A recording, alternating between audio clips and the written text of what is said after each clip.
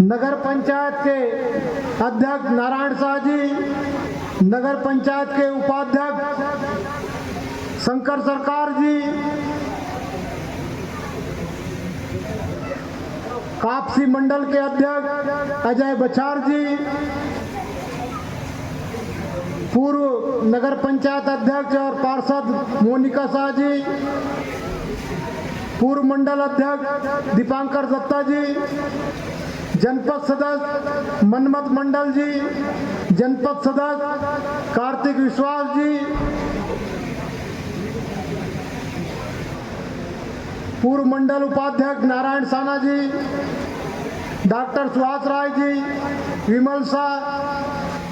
Media प्रभारी आकाश सरकार, जनपद सदस्य मंजुलता उइके, पूर्व सांसद प्रतिनिधि गणेश शाह,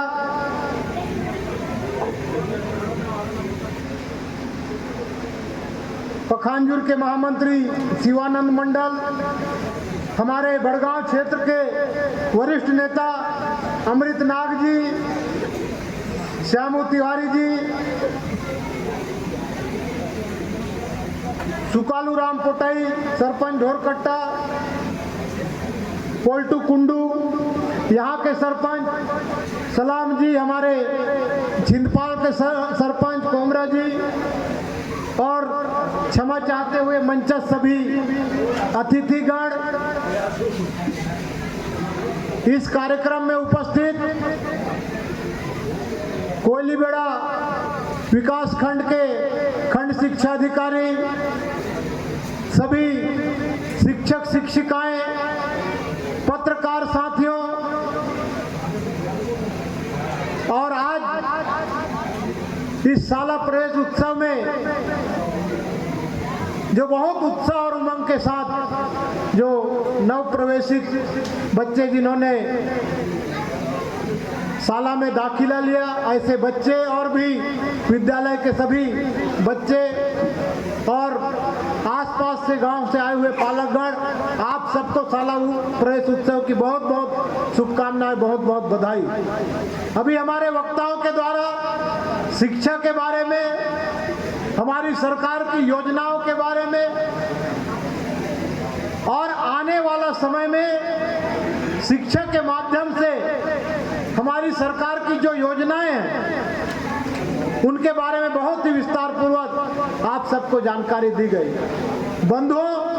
मैं आप लोगों को बताना चाहता हूं कि ये भारत देश ऋषि मुनियों का देश है, ये भारत ज्ञानी और आध्यात्मिकों का देश है, और इस देश में जो शिक्षा है, जो ज्ञान है, उसका महत्व लोक कल्याण के लिए होता है। लेकिन बीच में कुछ ऐसा काल आया जिसके कारण शिक्षा यानी नौकरी, शिक्षा यानी रोजगार, शिक्षा यानी व्यवसाय, ये मानसिकता हम सबके बीच में हो गई है। पुराने जमाने में कहावत हुआ करता था, उत्तम खेती, मध्यम व्यापार और निम्न चाकरी। आज भी हम सब जानते हैं कि धरती का कोई जीता जाता भगवान है तो किसान है, इसीलिए खेती को उत्तम माना जाता था, और वो खेती आज निम्न स्थान में पहुंच गया, और जिस नौकरी चाकरी को निम्न माना जाता था एक नंबर में चला गया, और जो व्यापार है वो आज भी मध्यम बना हुआ है। इसका कारण यही है कि अंग्रेज आए और यहाँ की जो शिक्षा व्यवस्था है, यहाँ की जो शिक्षा के माध्यम से जो ज्ञान और अध्यात्म की व्यवस्था थी, उसको बर्बाद कर दिया। हमारी संस्कृति, रीति रिवाज, परंपरा, इस पर आघात किया, और भारत को जो ऋषियों का परंपरा वाला देश भारत रहा, उसको एक प्रकार से रोजगार मांगने वाला बना दिया। और आज हम देखते हैं, चाहे गांव का किसान हो, मजदूर हो, या शहर में रहने वाला व्यवसायी हो, अधिकारी कर्मचारी हो, हर आदमी के मन में यही है कि हमारा बच्चा स्कूल जाएगा पढ़ने के लिए तो अधिकारी बनेगा, नौकरी करेगा। जबकि यह सोच होना चाहिए कि शिक्षा के माध्यम से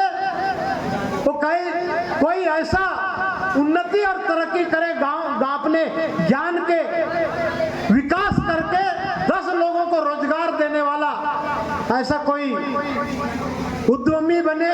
व्यवसायी बने। इस सोच को लेकर के काम करने की आवश्यकता है। पुराने जमाने में जो गुरुकुल के बारे में हमारे भाई मनेश्वर बता रहे थे, शाला प्रबंध समिति के अध्यक्ष, कि गुरुकुल के माध्यम से हमारे देश में जो शिक्षा ग्रहण करने जाते थे शिष्य, वो चाहे राजा का हो या रंक का हो,